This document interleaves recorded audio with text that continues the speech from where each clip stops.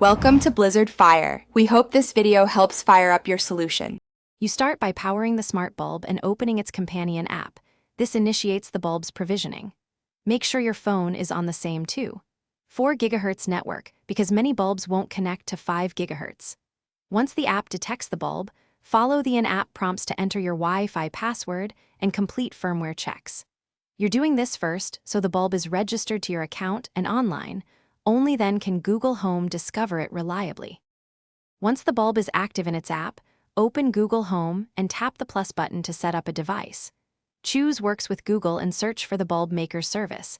Sign in with the same account you used in the bulb app. Grant permissions so Google can access device status and control. After linking, assign the bulb to a specific room and give it a clear name.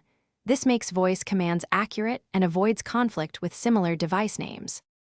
You finish by testing control. Ask Google to turn the bulb on, change brightness, or set a color so you confirm full integration.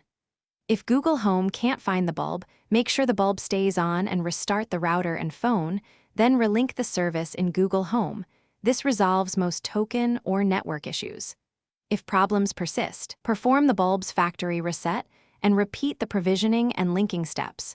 Use reset as a last resort to clear stale configurations. Thanks for watching. If you found this helpful, don't forget to like and subscribe.